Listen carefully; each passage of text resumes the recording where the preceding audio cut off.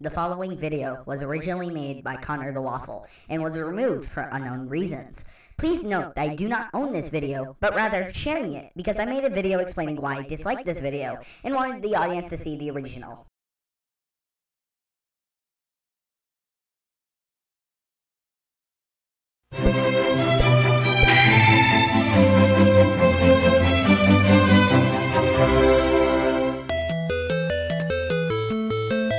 Tetris is a game involving weird shapes falling from the sky, and you have to line them up perfectly so more lines disappear, and that's how you win.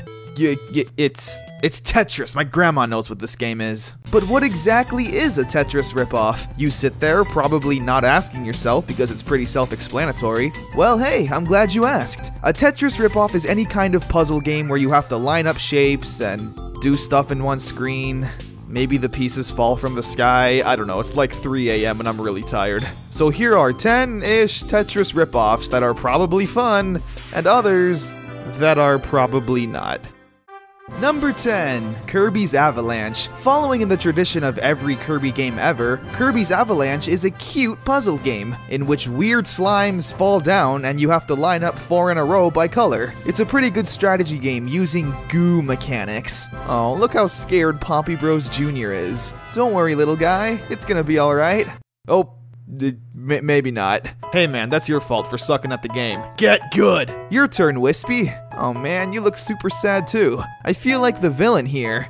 Your road to glory ends here. Yeah? Well, you know what? At least I'm not just ahead. Okay, actually, I kind of am.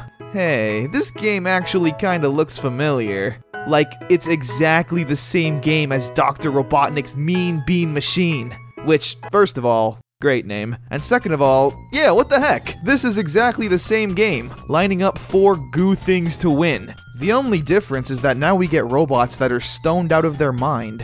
Look at those eyes. Dr. Robotnik's Lean Green Mean Bean Fighting Machine actually came out 2 years before Kirby's Avalanche. You know what that means, Kirby? It means that you're a thief. What do you have to say for yourself? Number 8. I'm done counting. Tetris. Wow, that's a clever name. You work hard on that? Paragraph Studios?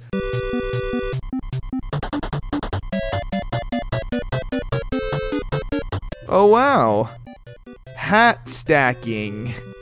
That's the game. That's everything you need to know. What else do you want me to say? Hats go on top of hats. The 80s was not a very innovative time period. Apart from, you know, everything else Nintendo did. This is not the best puzzle game concept.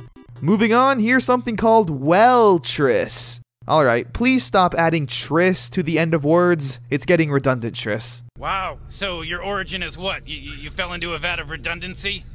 God damn.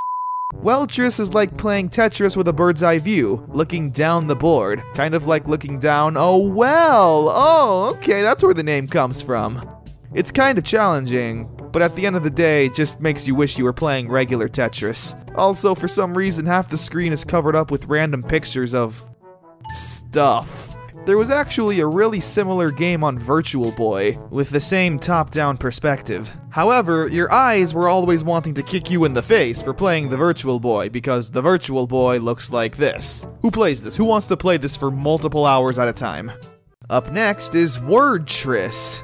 Listen, I could not make these up if I tried. So here we have a game on the Super Nintendo where the objective is to spell words. A pretty good concept if you're 5. You just follow the instructions. 3-letter word. Sad. There you go, this sums up the whole experience. However, this game is equipped with nightmares because, what? Just like with the Weltris game, here half the screen is covered up with a picture. This game's theme is carnies. What kind of theme is that? Look at this creep. Kids don't want to see that. Oh, and what the hell is this? A clown? A clown with no pupils that looks like he wants to rip out my kidneys and sell it on Amazon? Yeah, no thank you. Alright, well, there's a bear on a bicycle. That's not as scary. And listen to the music.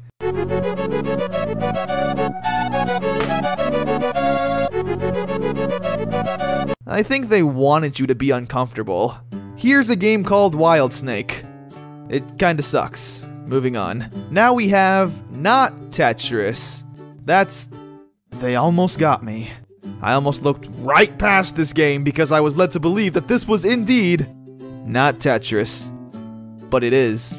In a way. The game is pretty much Tetris with ragdoll physics. If the pieces fall too fast or bounce around, they'll be all lopsided and out of place. It's pretty challenging and tests your brain power. I don't have a lot of that. Here's the final game, and let's pray to my pizza overlord Jesus that we're almost done with this.